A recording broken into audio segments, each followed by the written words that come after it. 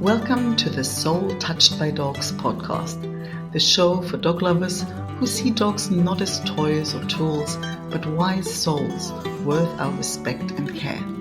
I'm Anke Herman, and I'm your host.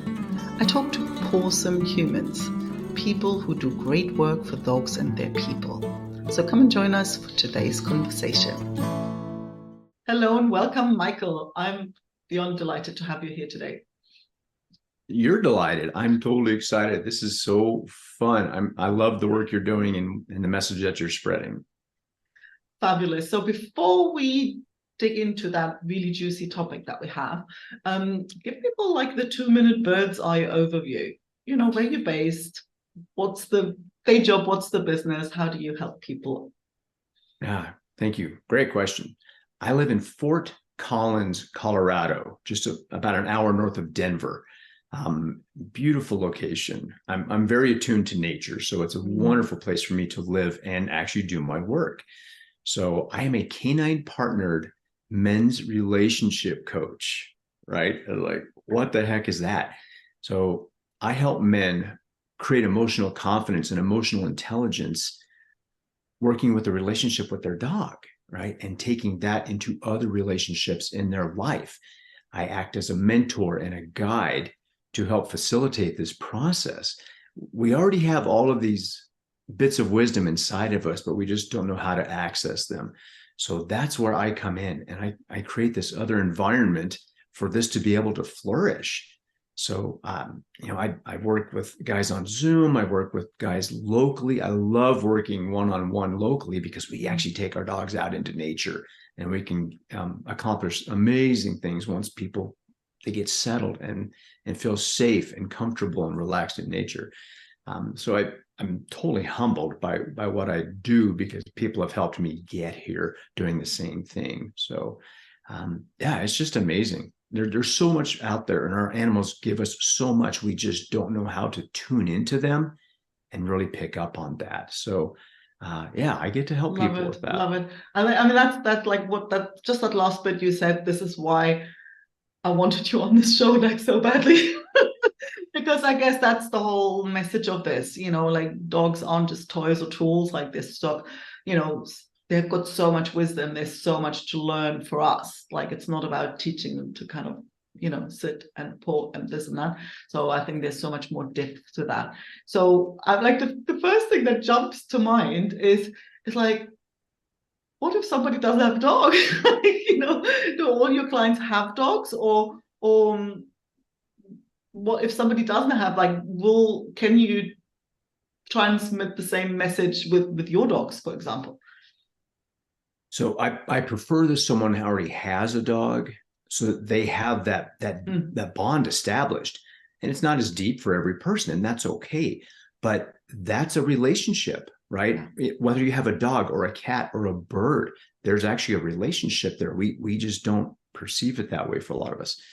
I prefer that, but I can bring my dog, obviously locally, it's an experiential thing, to someone who doesn't have a dog and show them how her behavior affects his behavior and vice versa. And it's like, whoa, I had no idea. So I prefer they have their own animal because it really helps the work. But animals they're just here, right? They're just present, and they will show us who they are in that moment. Yeah. And they often show us who we are, right? Yeah. They're constantly trying to mirror to us or reflect back to us how we are showing up. Yeah. There's even a book. There's a book by Kevin Behan, Your Dog is Your Mirror. Very interesting. Oh, yeah. Yeah. Go straight to chapter 20, right? To me, that's where the magic is for his book. Awesome. So how did you get, can you share the story? Obviously, so you have a close relationship to dogs, to your dogs, you out to work with men. So how did that idea come about to combine the two? So this started in 2017. I've had dogs my whole life, and many amazing animals. I didn't realize the depth of what they were giving me until after I had, let's say, an awakening after my brother's death. I grieved him so hard, and it opened me up to how I was acting in the world, how I was showing up. And I thought, I didn't like that guy. I'm like, well, I need to change this. And again, at that time, I had an amazing dog who helped me soften a little bit and open up to all these other possibilities. And then I started putting it all together. Like, oh my gosh, when I was 11, my dog helped keep me alive, basically. When at this age, this dog helped me with this age. So there's all these huge lessons that I didn't put together. And I'm like, other people need to know this, that there's help out there, and we don't see that we're being offered. Yeah. So how did you get your first client with that? So what was the transformation there? Like, when was the first time, like when you tried this, like that, obviously in your own experience, it's a very strong experience and you can really see through it, right? So how did you get that first client to say, well, oh, let's go there. Let's look in this direction.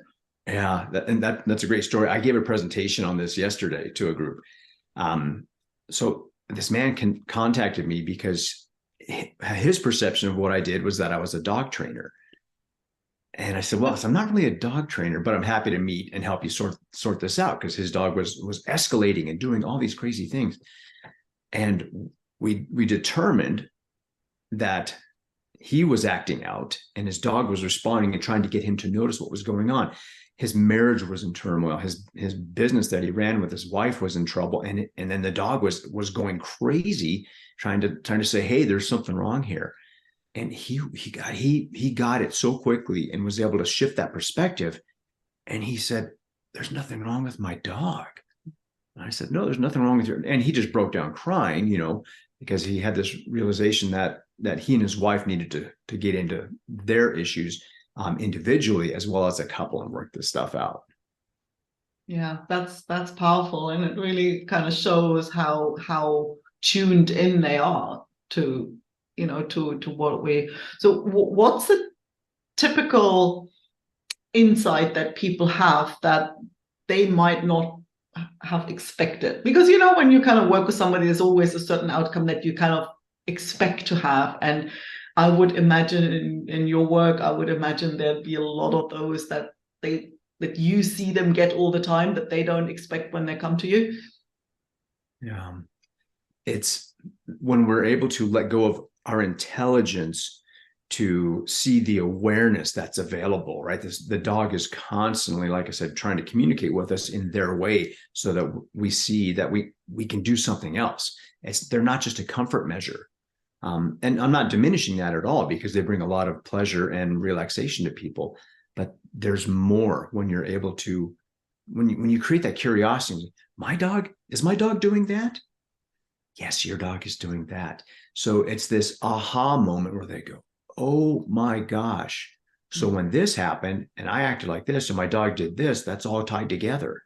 Yes. And how do people take that awareness in their human to human relationships? Like what are typical shifts that they experience? It's slow, right? So we want to create massive change when I can do this other thing, but it has to be a practice. In yoga, the term is take it off the mat, right? Yeah. So how do you take what you've now learned and apply it in these other relationships?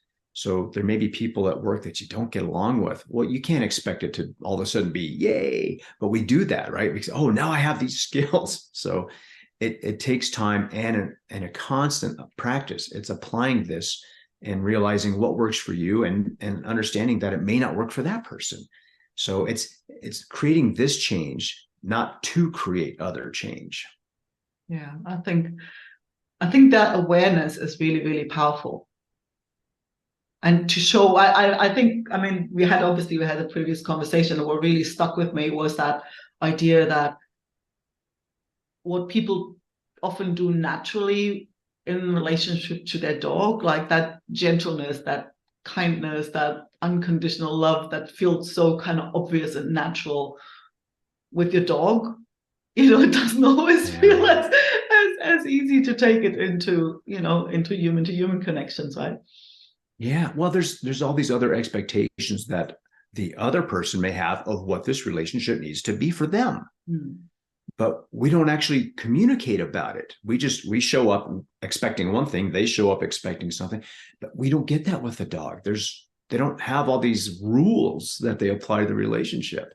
And we feel that. We may not recognize that, mentally, but we feel it, and we respond in kind. We can be open and vulnerable and soft and gentle and cute and cuddly, but we can't be cute and cuddly with the guy in engineering or because he sure as hell doesn't want that.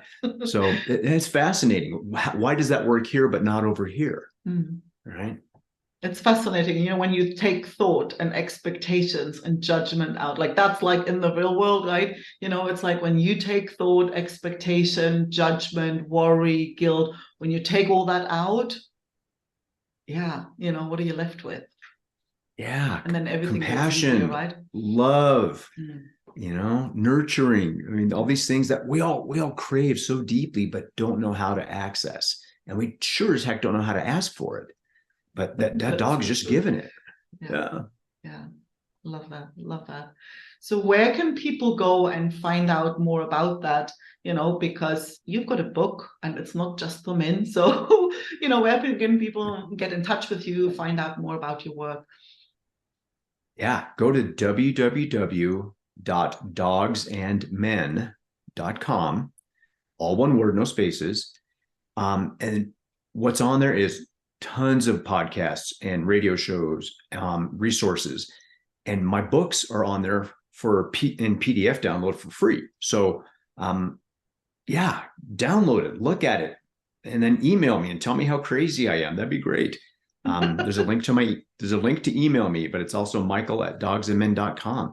And I just want to spark curiosity in people. Some people are going to get it, some people aren't, and that's okay. This isn't for everybody. Yeah, but I think there's so much to see, and I think it makes life so much simpler and kinder and more loving. And I think there can't ever be too much of that in the world. So love what you do. Absolutely love it. Thank you. And I agree. We if we could all just do a little better, a little more love, a little more compassion, and to ourselves as well, not just to the world. Here's where the change has to start, right? When Gandhi said, be the change you want to see in the world. Yeah.